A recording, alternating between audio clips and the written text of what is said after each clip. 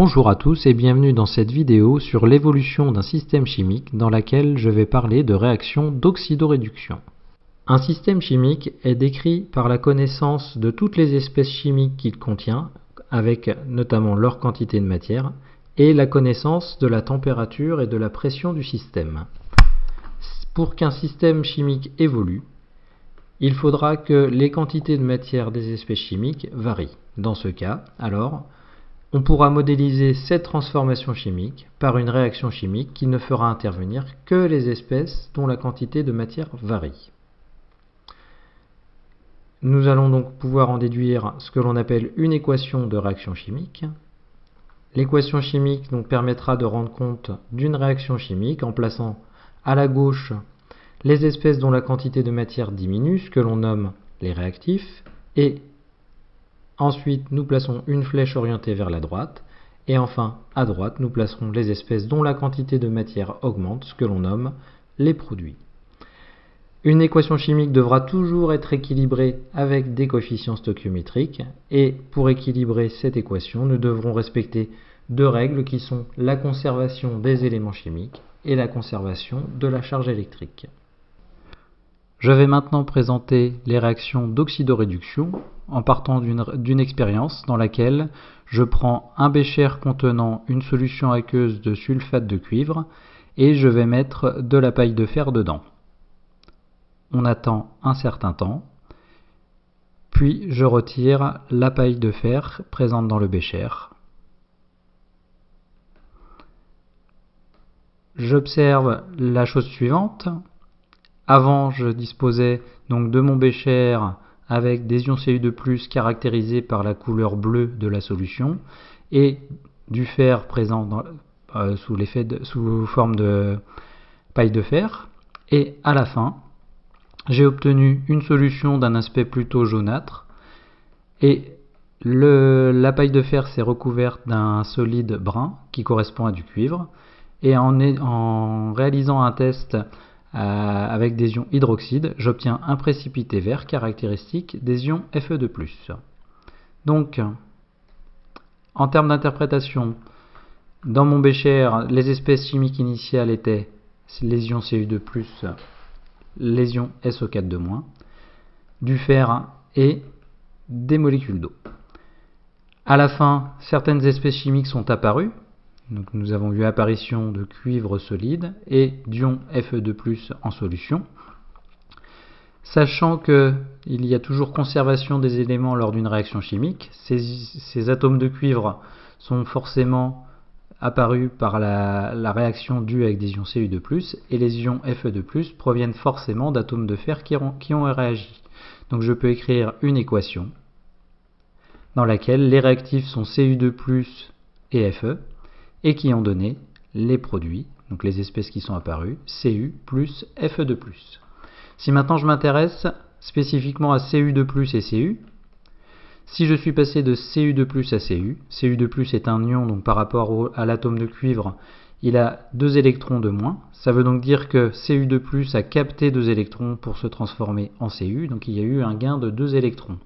Alors que le passage de Fe à Fe2+, lui, au contraire, nous sommes passés d'un atome à un ion qui a une charge de plus, donc cette fois nous avons eu perte de 2 électrons. Ce gain de 2 électrons entre 2 espèces chimiques et de perte de 2 électrons entre 2 autres espèces chimiques est caractéristique d'une réaction d'oxydoréduction. Une réaction d'oxydoréduction est une réaction qui va mettre en jeu un transfert d'électrons entre 2 espèces chimiques. Et ces 2 espèces chimiques vont appartenir à 2 couples oxydants-réducteurs. Un couple oxydant-réducteur, lui, est défini comme étant constitué de 2 espèces chimiques. Tout d'abord, un oxydant que l'on notera OX, qui est une espèce susceptible de gagner un ou plusieurs électrons. On dit qu'elle est réduite, et une réduction correspond donc à un gain d'électrons. La deuxième espèce est un réducteur que l'on notera RED, qui lui est une espèce susceptible de perdre un ou plusieurs électrons. On va dire que le réducteur sera oxydé, et une oxydation correspondra donc à la perte d'électrons. L'oxydant et le réducteur appartenant à un même couple vont être appelés des espèces conjuguées, et un couple sera toujours noté sous la forme d'une demi-équation électronique. Donc le couple sera oxred, et la demi-équation électronique sera toujours du type oxydant plus n électrons, qui sera égal au réducteur. La plupart du temps, les couples oxydant-réducteur seront donnés et nous aurons donc à déterminer la demi-équation électronique correspondante. Je vais donc présenter maintenant une méthode permettant d'obtenir cette demi-équation dans tous les cas qui vont apparaître. La première chose à faire sera d'écrire donc la demi-équation sous la forme oxydant plus électron égale ou flèche réducteur avec les espèces chimiques correspondantes. Ensuite, première chose, il faudra équilibrer tous les atomes ou tous les éléments autres que l'oxygène et l'hydrogène. Une fois cette étape faite, on équilibrera les oxygènes en ajoutant des molécules d'eau et on équilibrera les hydrogènes en ajoutant des ions hydrogène H+. Et enfin, pour finir, dernière étape, une fois les ions hydrogène H+ équilibrés, nous compléterons le nombre d'électrons ici pour équilibrer les charges électriques. Je vais présenter des exemples de demi-équations électroniques pour utiliser cette méthode. Premièrement, je vais commencer avec la demi-équation du couple MnO4- Mn2+, donc les ions permanganate et les ions Mn2+. Donc ici, MnO4- plus électron égale Mn2+, ici MnO4- est mon oxydant, Mn2+, mon réducteur. La première chose à faire est de vérifier si le manganèse est équilibré ou non. J'ai un atome de manganèse, un atome de manganèse, enfin un élément manganèse, donc c'est équilibré. Je peux donc passer à la deuxième étape qui consiste à équilibrer l'oxygène. Ici, j'ai 4 atomes d'oxygène, je n'en ai pas dans les produits, je vais donc mettre 4 molécules d'eau, sachant que chaque molécule d'eau m'amène un atome d'oxygène. Étape suivante, je vais maintenant équilibrer les hydrogènes avec des ions H+. Le fait d'avoir mis des molécules d'eau amène des hydrogènes dans mes produits. Donc 4 x 2, 8. Il me faudra donc 8 hydrogènes dans les réactifs. Je n'en ai pas. Je vais donc mettre 8 ions H+, pour équilibrer les hydrogènes. Et enfin, dernière étape. Maintenant, je vais modifier mon nombre d'électrons pour faire en sorte d'avoir conservation de la charge entre l'ensemble de mes réactifs et l'ensemble de mes produits. La charge des produits est 2+, car j'ai un seul ion Mn2+. Il faudra donc que j'ai 2+ de ce côté-là aussi. J'ai 8 charges plus, une charge moins ici, donc ça me fait 7 charges plus. Il me faudra donc 5 électrons pour avoir une charge de plus. Donc j'ai obtenu la demi-équation qui fait intervenir l'oxydant MnO4- et le réducteur Mn2+. Deuxième exemple, cette fois avec la demi-équation du couple I2I-. Comme toujours, j'écris tout d'abord l'oxydant plus électron qui est égal au réducteur. Donc ici, I2 plus électron égale I-. Je regarde si les éléments autres que oxygène et hydrogène sont équilibrés. Je vois que j'ai 2 atomes ou 2 éléments iode dans I2. Il me faudra donc 2 éléments iode ici également. Donc je vais rajouter un 2 devant I-. Ensuite, je n'ai pas d'oxygène, donc pas besoin d'équilibrer les molécules d'eau. Je n'ai pas d'hydrogène, donc pas besoin d'équilibrer les hydrogènes avec des H+. Je vais donc équilibrer la charge électrique. Je vois que j'ai une charge 2- dans les produits. Il me faudra encore une charge 2- ici. Il suffit donc de mettre un 2 devant les électrons pour avoir ma demi-équation de prête. Une fois les demi-équations des couples intervenant dans ma réaction identifiées et une fois les établies, je vais maintenant voir comment obtenir l'équation d'oxydoréduction.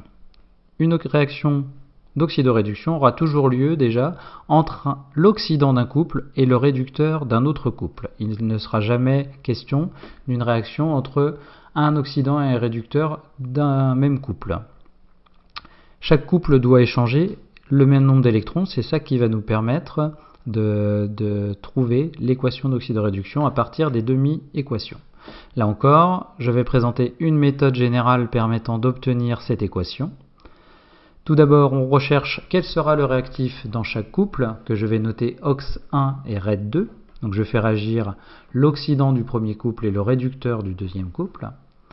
Ensuite, j'écris les deux demi-équations en mettant les réactifs à gauche. Donc OX1 plus N1 électron égale RED1. RED2 égale OX2 plus N2 électrons, étant donné qu'ici j'ai le réducteur, donc il faut que j'inverse cette équation pour bien mettre dans le bon sens. Ensuite, on multiplie les équations pour avoir le même nombre d'électrons transférés dans les deux demi-équations. Je vois qu'ici j'ai N1 électrons, N2 électrons. Il faut que j'ai le même nombre d'électrons échangés. Le moyen le plus simple est de multiplier la première équation par N2 et la deuxième par N1, ce qui me donnera N2 OX1 plus N1 N2 électrons égale N2 RED1, N1 RED2 égale N1 OX2 plus N1 N2 électrons. Et là, je vois bien que j'ai le même nombre d'électrons à gauche et à droite. Donc maintenant, je vais pouvoir additionner mes deux demi-équations en mettant tous les termes à gauche du égal ensemble et tous les termes à droite ensemble, ce qui va me donner N2 OX1 plus N1 RED2 qui donne N2 RED1 plus N1 OX2. Si jamais j'ai présence de molécules d'eau ou d'autres espèces chimiques qui interviendront à la fois dans les réactifs et les produits, il faudra faire une simplification pour qu'ils n'apparaissent que d'un côté. Je vais illustrer cette méthode donc avec le cas de la réaction des ions iodure I- avec les ions permanganate MnO4-. Donc je commence par déterminer donc le couple dans lequel intervient MnO4-, donc c'est le couple MnO4- Mn2+. Donc c'est un oxydant ici, donc je vais écrire la demi-équation qui est donc MnO4- plus 5 électrons plus 8H+, qui donne donc Mn2+, plus 4H2O. Ensuite, I- intervient donc dans le couple I2-I-, donc ici I- est un réducteur. Cette espèce chimique intervient dans la demi-équation qui est I2 plus 2 électrons qui donne 2 I-. Je vais donc maintenant inverser cette équation, celle qui contient le réducteur. J'ai donc 2 I- qui est égal à I2 plus 2 électrons. Ensuite, je vais multiplier par 2 l'équation du permanganate ici, étant donné que j'ai 5 électrons et que je n'en ai que 2 ici. Donc pour avoir le même nombre d'électrons, il faut faire x5 pour celle contenant l'iode et x2 pour celle contenant MnO4-. Donc je vais multiplier par 2. Je fais x5 pour celle qui contient les ions iodure.